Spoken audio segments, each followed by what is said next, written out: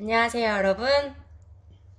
오늘은 제가 부부 사이에 대해서 한번 이야기를 해볼까 해요.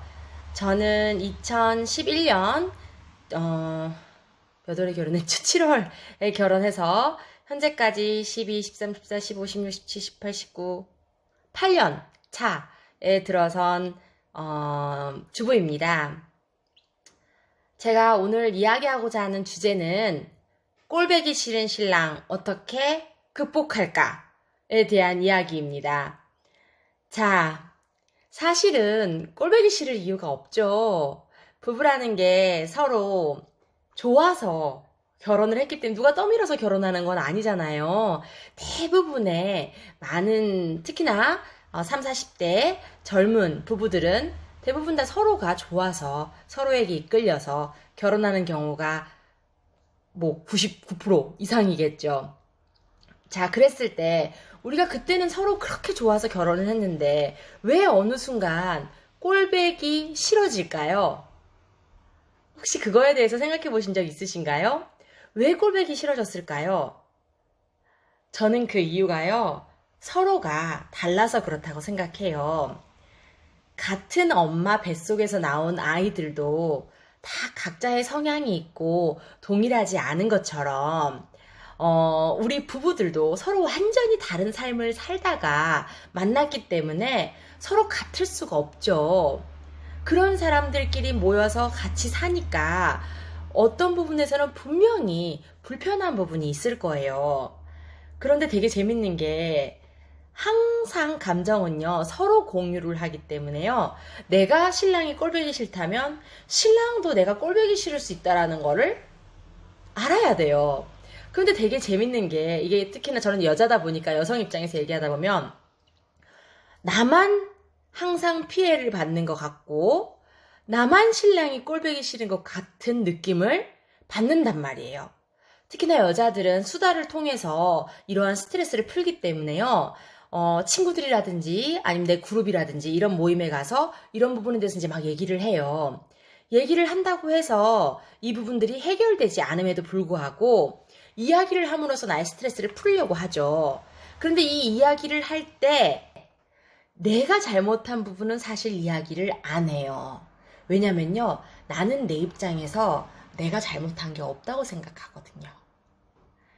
그런데 저보다 훨씬 더 연배가 많으시고 지혜로우신 분들이 많이 보시겠지만요, 언제든지 일방적인 관계는 없어요. 우리 남편이 밥을 계속 안 한다고 생각해 보세요. 일제 식사 준비를 안 해요. 그래서 나는 너무 화가 나는 거야. 누구 남편은 밥도 해주고 뭐도 해주고 뭐도 해주는데 왜 우리 남편은 밥 숟가락만 들 줄 알지 왜 밥을 할 줄 몰라? 지는 손이 없어 발이 없어. 이렇게 얘기한다고요. 그런데 왜 이렇게 신랑이 밥을 안 하게 됐을까는 생각해 보신 적 있나요?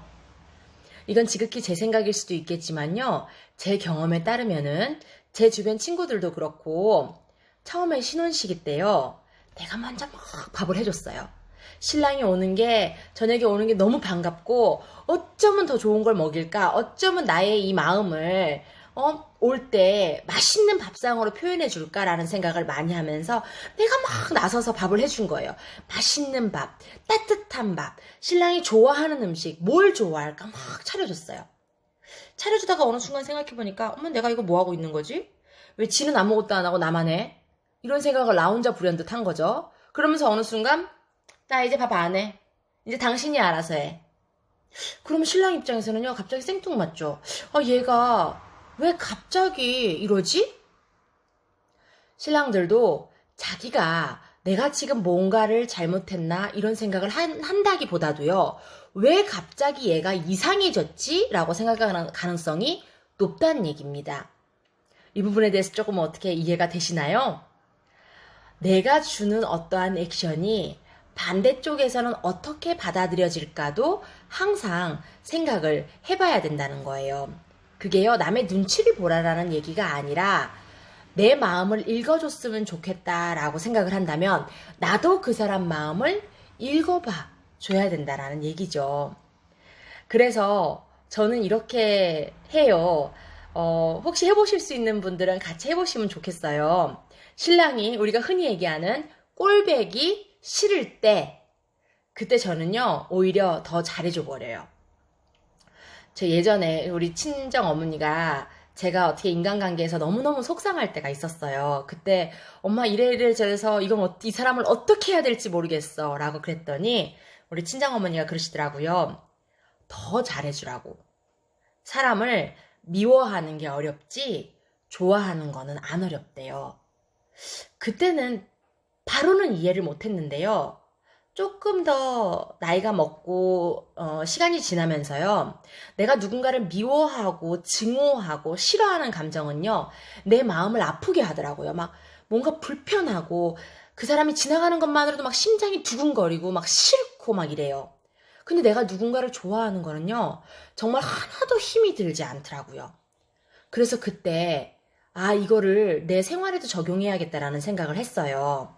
그래서 혹시나 제 동영상을 보시는 분들이 부부관계에서 너무 속상한 일이 있다, 꼴배기 싫은 일이 있다라고 생각이 든다면요. 오히려 오늘부터 혹은 그 마음이 든 날부터요. 신랑한테 더 잘해줘 보세요.